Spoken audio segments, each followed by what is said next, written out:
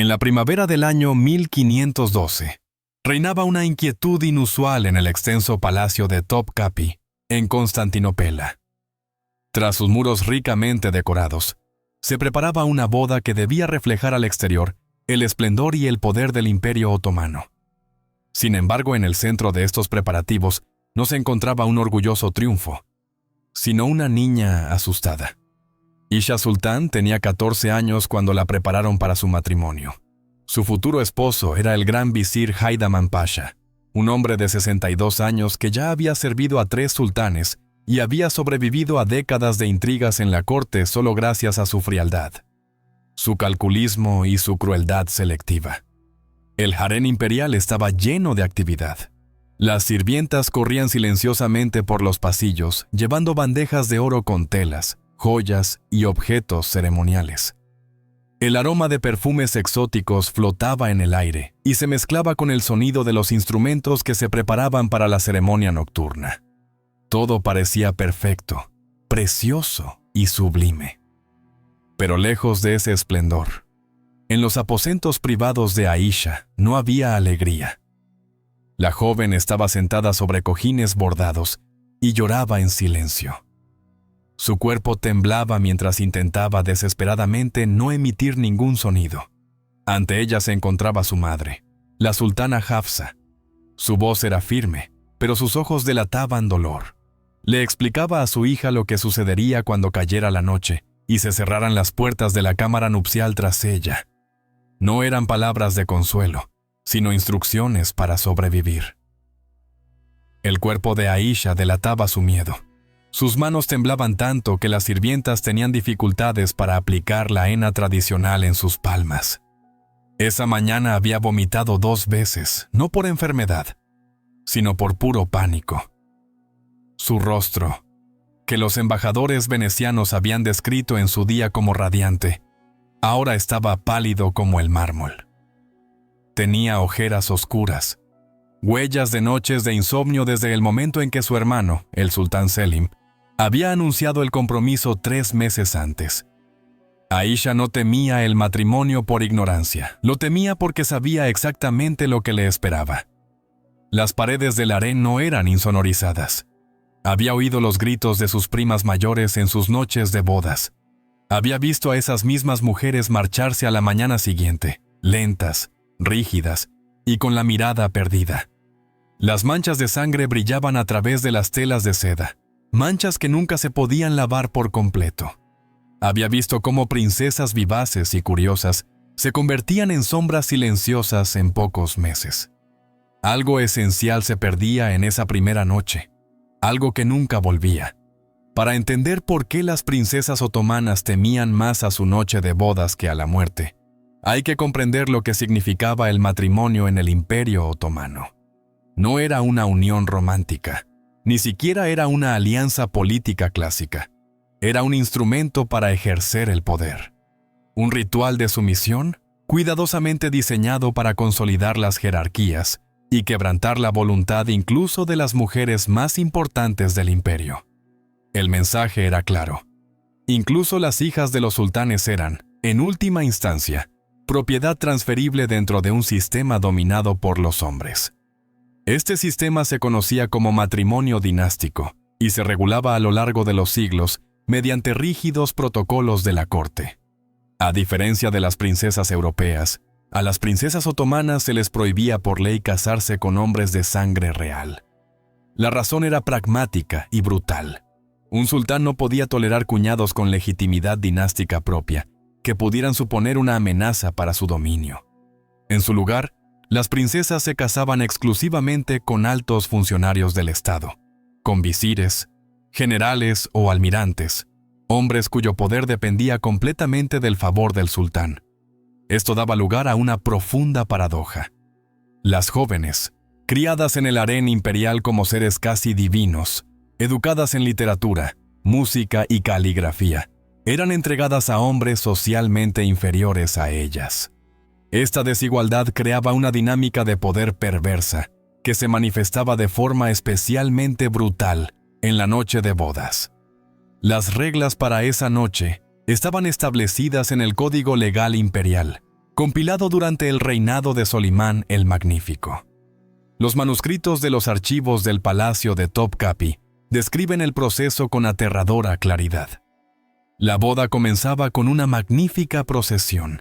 La princesa iba vestida con capas tan pesadas de seda y brocado que apenas podía moverse.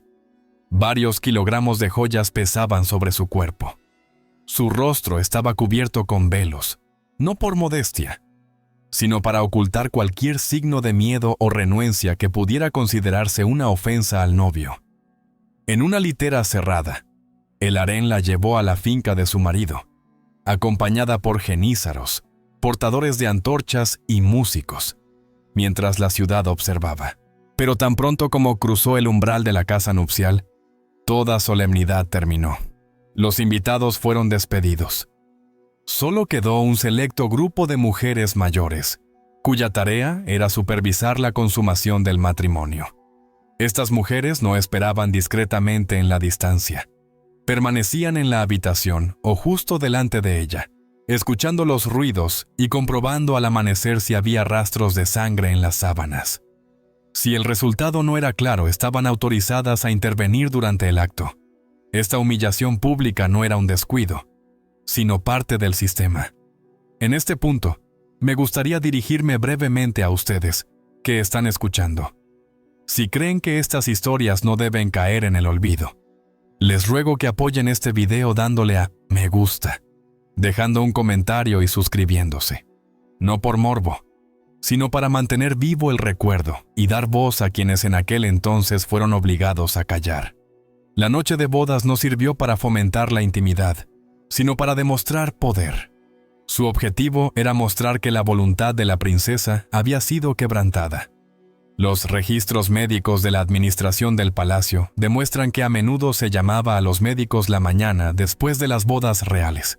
Documentan lesiones graves, hemorragias prolongadas y estados de shock. Estos sufrimientos no se consideraban un escándalo, sino una prueba del orden establecido. La boda de Aisha Sultán se desarrolló exactamente según este protocolo. Las celebraciones fueron impecables, se recitaron las oraciones y se respetaron los rituales. Pero después de esa noche, desapareció de la vida pública durante 18 días. Cuando regresó, ya no era la chica que se conocía. Sus cartas a su madre revelan profundas cicatrices emocionales. Escribía sobre noches en las que su cuerpo comenzaba a temblar incluso antes de que su marido entrara en la habitación. Esperaba quedarse embarazada rápidamente, no por el deseo de ser madre, sino porque las leyes de pureza le proporcionarían 40 días de descanso. Muchas mujeres compartían esta esperanza. Para ellas, el embarazo significaba un breve respiro. Esto demuestra hasta qué punto el matrimonio en el Imperio Otomano significaba menos protección que una entrega continua. Aisha Sultan no era un caso aislado. Su destino es representativo de generaciones de chicas cuyo sufrimiento permaneció oculto tras el mármol, el oro y la etiqueta cortesana. El destino de Aisha Sultan no fue un caso trágico excepcional, sino la consecuencia lógica de un sistema que había estado firmemente arraigado durante siglos. Lo más impactante de este orden era que no solo lo mantenían los hombres, sino también las mujeres que habían sido víctimas del mismo. En el interior de la corte otomana, las niñas aprendían desde muy temprana edad lo que les esperaba. Nadie lo explicaba abiertamente. En cambio, el conocimiento estaba en las miradas, en el silencio de las madres, en el repentino mutismo de las primas mayores después de sus bodas. El miedo no se enseñaba, se heredaba. Las madres de las princesas desempeñaban un papel cruel en todo esto. Se veían obligadas a preparar a sus hijas para estos matrimonios, a pesar de que ellas mismas habían sobrevivido a noches similares. Estas mujeres no tenían poder para cambiar las reglas. Negarse no solo las habría condenado a ellas, sino a familias enteras. La voluntad del sultán era ley. Una madre no podía proteger a su hija sin traicionar al mismo tiempo a su hijo, el gobernante del imperio. Sin embargo, la traición significaba expropiación, destierro o muerte. Así que solo quedaba un camino: prepararse para lo inevitable. Esta preparación no tenía nada de tierno. Consistía en advertencias y estrategias de supervivencia. Se enseñaba a las niñas a no oponer resistencia, incluso si el dolor era insoportable. Se les decía que llorar podía interpretarse como un insulto. Se les explicaba que el cuerpo debía obedecer, aunque el espíritu se rompiera. Estos consejos no surgían de la crueldad, sino de la amarga constatación de que la resistencia solo prolongaba el tormento. Este sistema se apoyaba en escritos religiosos y jurídicos que circulaban en la corte. Los eruditos redactaban tratados en los que se enfatizaba la autoridad absoluta del marido. Son especialmente reveladores los textos de principios del siglo XVII, en los que se explica expresamente que un hombre que se casa con la sangre del sultán se convierte en gobernante en el lecho matrimonial. Si la mujer mostraba orgullo por su origen, había que quebrarlo. Si mostraba resistencia, había que eliminarla. La noche de bodas se describía como un momento decisivo en el que se establecía el orden para toda la vida futura. Estas ideas no eran un conocimiento secreto. Los enviados europeos informaban regularmente al respecto. Diplomáticos venecianos y franceses describían gritos nocturnos procedentes de las casas en las que se celebraban bodas reales. En sus informes se menciona a vecinos que creían que se estaba produciendo un asesinato, pero nadie intervenía. Los gritos se consideraban parte del orden, como prueba de que las relaciones de poder se habían establecido correctamente. Los registros médicos también confirman la brutalidad de este sistema. A menudo se llamaba a los médicos de la corte a la mañana siguiente de las bodas. Anotaban lesiones graves, hemorragias persistentes, estados de profunda apatía y shock. En varios casos se menciona que las jóvenes no podían hablar durante días. Estas condiciones no se consideraban un delito, sino un efecto secundario lamentable, pero necesario, del matrimonio. Aisha Sultan cambió visiblemente después de su boda. La joven vivaz desapareció. En su lugar apareció una mujer joven que bajaba la mirada y apenas hablaba. Para la corte, esto no era motivo de preocupación. Al contrario, se consideraba una prueba de su madurez. Se creía que una princesa debía aprender a estar callada. El silencio se consideraba una virtud, no una señal de alarma. Las cartas y los diarios que, excepcionalmente, se han conservado, dibujan una imagen diferente. Muestran una vida marcada por una tensión constante. Muchas mujeres describían cómo su cuerpo reaccionaba a los ruidos mucho antes de que su marido entrara en la habitación. Los pasos en el pasillo bastaban para provocar temblores. El cuerpo recordaba, incluso cuando la mente intentaba olvidar. Para algunas princesas, el embarazo se convirtió en la única esperanza. No por el deseo de ser madres, sino por cálculo. Las leyes religiosas de pureza prohibían las relaciones maritales durante 40 días después del nacimiento de un hijo. Para muchas mujeres, esos 40 días eran los únicos de relativa tranquilidad en un matrimonio que, por lo demás, no les ofrecía ninguna protección.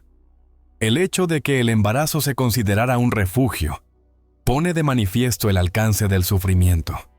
Algunas mujeres veían en la muerte prematura de su marido la única oportunidad de tener otra vida.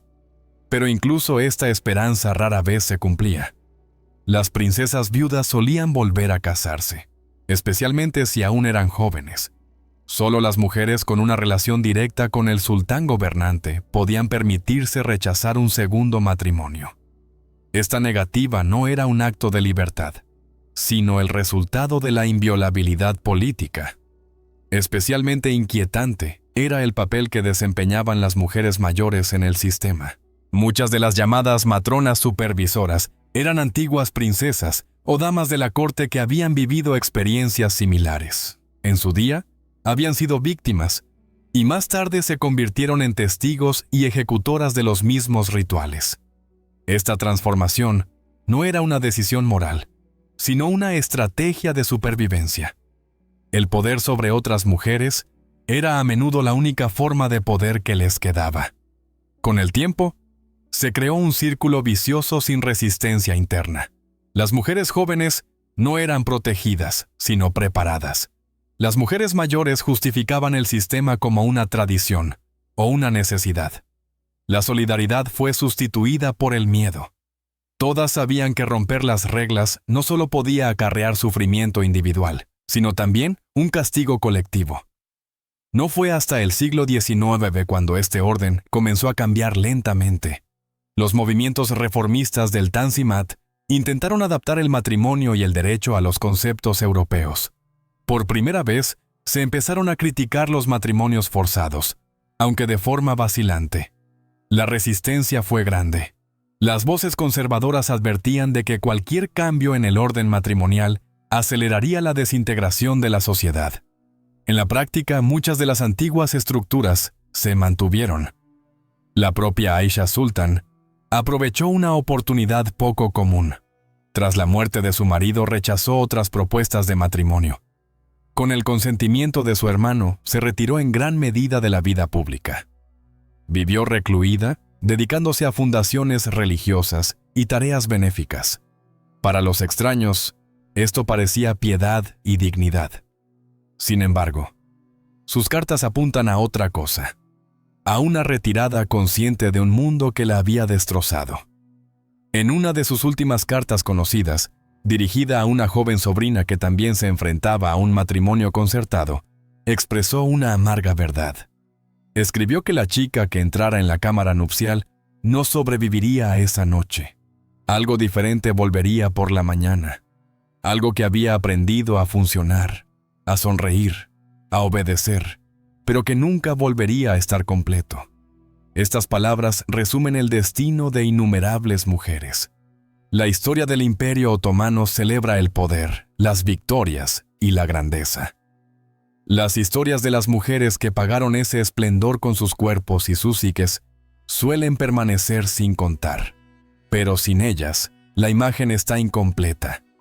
Porque detrás de cada fachada de orden y tradición se esconde la pregunta de quién paga el precio. Los últimos años de Aisha Sultan transcurrieron en silencio, casi invisibles para el público. Hacia el exterior, su vida parecía tranquila y ordenada, tal y como se esperaba de una mujer de su rango. Vivía en un palacio que le había sido asignado, alejada de la vida política cotidiana de la corte, rodeada de sirvientas y mujeres de confianza. Oficialmente, se dedicaba a fundaciones piadosas, apoyaba mezquitas y comedores populares y rara vez aparecía en ceremonias públicas. Para los cronistas de la época, esto era un signo de dignidad y madurez. En realidad, era un retiro nacido de un profundo agotamiento. Las pocas cartas de esta etapa de su vida que se conservan hasta hoy dibujan la imagen de una mujer que había aprendido a funcionar, pero no a sanar. Aisha apenas escribía sobre su presente, sino que repetía una y otra vez sus recuerdos. Ciertos ruidos, ciertos olores bastaban para transportarla a aquella primera noche. El cuerpo reaccionaba más rápido que la mente. Este fenómeno no era un caso aislado. En aquella época no existían términos modernos como trauma o estrés postraumático, pero las descripciones de las fuentes no dejan lugar a dudas de que muchas de estas mujeres sufrían lesiones psíquicas duraderas. Lo que diferenciaba a Aisha de muchas otras era su negativa a formar parte del juego activo del poder. No asumió el papel de madre organizadora ni de matrona controladora. Prefirió retirarse. Esta decisión era inusual, pero solo fue posible porque era pariente directa del sultán. Para la mayoría de las mujeres, este camino estaba cerrado. A medida que envejecían, se veían integradas en las mismas estructuras que las habían herido. No por crueldad, sino porque el sistema no les permitía ninguna otra forma de influencia. Así se creó una cruel continuidad a lo largo de generaciones. Las mujeres jóvenes eran preparadas por mujeres que habían aprendido que la compasión podía ser peligrosa. Cualquier desviación de la norma amenazaba no solo a la individuo, sino a todo el orden. De esta manera, la violencia no solo se toleraba, sino que se ritualizaba, se administraba y se transmitía. No se consideraba una injusticia, sino un componente necesario de la estabilidad. Algunos de los edificios en los que tenían lugar estas noches de bodas aún existen hoy en día. En Estambul hay numerosos palacios y mansiones que en su día fueron regalos de boda para princesas otomanas. Hoy en día son museos, oficinas públicas o lugares representativos para eventos. Los visitantes admiran los azulejos de Iznik, los artísticos techos de madera y los marcos de mármol. Casi nadie sospecha que en las habitaciones superiores se desarrollaron escenas que cambiaron para siempre la vida de las jóvenes. No hay placas conmemorativas, ni indicaciones, ni nombres. La arquitectura habla de poder y gusto, no de sufrimiento. La historiografía oficial del Imperio Otomano sigue hasta hoy un patrón similar. Se centra en conquistas, reformas, grandes gobernantes y éxitos militares. Las mujeres aparecen, como mucho, de forma marginal, como madres, esposas o benefactoras. Su experiencia interior permanece invisible. Pero precisamente estos vacíos son reveladores. Muestran lo fácil que es que la violencia se vuelva invisible cuando está respaldada institucionalmente y se considera una tradición. Aisha Sultan murió en el año 1539. Había pasado 27 años en un matrimonio que le había sido impuesto. Había dado a luz a 3 hijos, ninguno de los cuales sobrevivió a la primera infancia. Esta pérdida tampoco se mencionó en los registros oficiales. Para la administración, lo único que contaba era el cumplimiento del deber. La vida emocional de las mujeres se consideraba irrelevante. Es especialmente conmovedora la carta que Aisha escribió a su sobrina cuando ésta se enfrentaba a un matrimonio concertado. En ella renunciaba a los falsos consuelos. No hablaba de esperanza ni de felicidad. En su lugar, formulaba una sobria verdad. La joven que entrara en la cámara nupcial no sobreviviría a esa noche. Algo diferente regresaría. Algo que había aprendido a sonreír, a hablar y a obedecer, pero que nunca volvería a estar completo. Estas palabras no son una metáfora. Describen una división interna que muchas mujeres experimentaron. Esta resignación fue quizás el éxito más cruel del sistema. Obligaba a sus víctimas a aceptar su propia pérdida como algo inevitable, no porque fueran débiles, sino porque se les había privado de cualquier alternativa. Por lo tanto, la historia de estas princesas no es solo una historia de crueldad pasada. Es un ejemplo de cómo el poder se legitima normalizando y ocultando el sufrimiento. Cuando hoy se recorre los salones de los antiguos palacios, el pasado parece lejano y cerrado. Pero los mecanismos que funcionaban entonces no han desaparecido. Vuelven en nuevas formas cada vez que se antepone la tradición a la humanidad y el orden a la compasión. Las historias de las princesas otomanas nos recuerdan lo importante que es mirar más allá de las apariencias y preguntarnos qué voces faltan. Sus nombres aparecen en árboles genealógicos y contratos. Sin embargo, su vida interior permanece en gran parte desconocida. Por eso son tan importantes las pocas cartas, diarios y notas médicas que han sobrevivido. Son fragmentos de una verdad que durante mucho tiempo se ha ignorado. Demuestran que, incluso en el centro de uno de los imperios más poderosos de la historia, existían jóvenes cuyos miedos eran reales y cuyo sufrimiento se ignoraba sistemáticamente. La historia de Aisha Sultan es representativa de muchas otras. No es una acusación desde la arrogancia moderna, sino un recordatorio de que la grandeza y la crueldad a menudo coexisten. Quienes admiran los imperios sin tener en cuenta su coste solo ven la mitad de la verdad. Y es precisamente esa media verdad la que hace posible que se repitan una y otra vez patrones similares. Así, este relato no termina con la redención, sino con el conocimiento. Las princesas del Imperio Otomano no dejaron monumentos, pero sus experiencias nos invitan a contar la historia de forma más completa. No solo como una sucesión de victorias y gobernantes, sino como una realidad humana en la que el poder casi siempre se ejercía a costa de los más débiles.